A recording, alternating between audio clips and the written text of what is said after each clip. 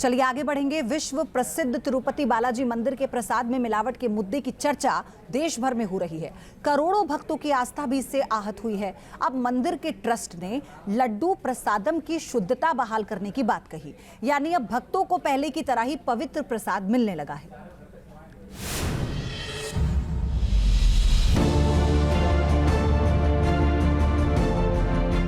तिरुपति में बहाल हुई प्रसादम की क्वालिटी।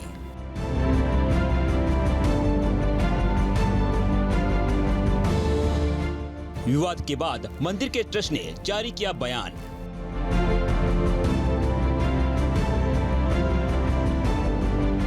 पहले की तरह ही पवित्र हो गया लड्डू प्रसादम।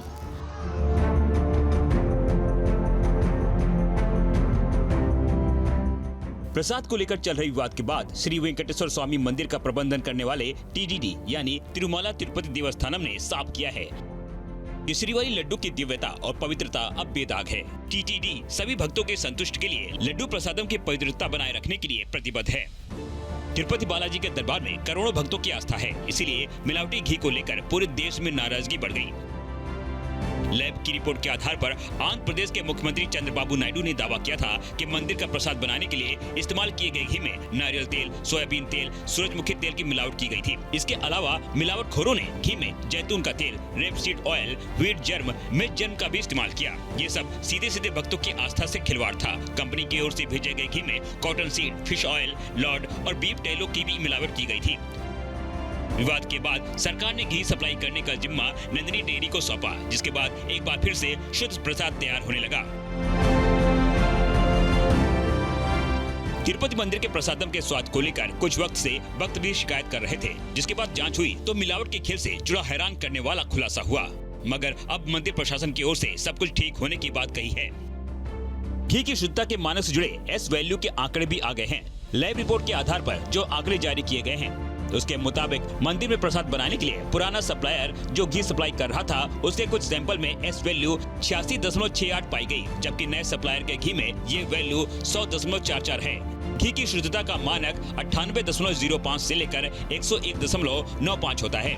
जांच के दौरान ही पुराने सप्लायर के घी में एस वैल्यू 106.99 भी मिली, जबकि नए सप्लायर ने मानकों का पूरा ख्याल रखा है और घी की शुद्धता 100.19 पाई गई। जांच में एआर डेयरी के घी की एस वैल्यू 22.76 भी पाई गई, जो मानकों से बहुत कम है, जबकि नई कंपनी ने अपनी गुणवत्ता बनाए रखी है और शुद्धता 99.95 मापी गई है। पुराने सप्लायर के घी में एस वैल्यू 117.15 भी पहुँच गई, जबकि नए सप्लायर ने शुद्धता के मानकों के हिसाब से 100.09 पर कायम रखा है।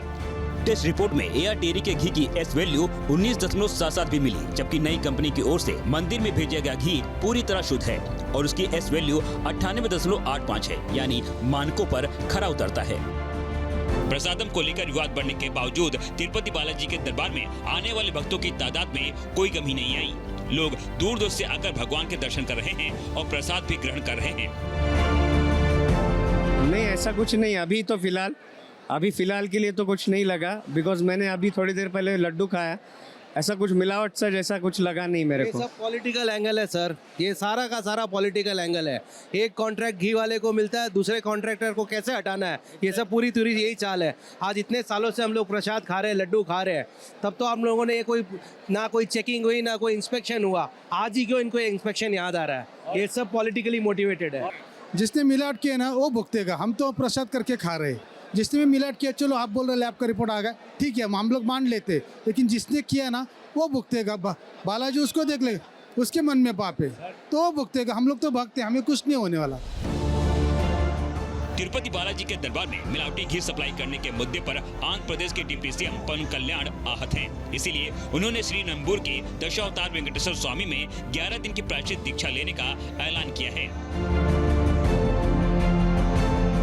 मामला सिर्फ मिलावटी घी ये प्रसाद का नहीं, बल्कि करोड़ों लोगों की आस्था से जुड़ा है। इसीलिए इसकी पवित्रता बनाए रखने की पूरी कवायद की जा रही है।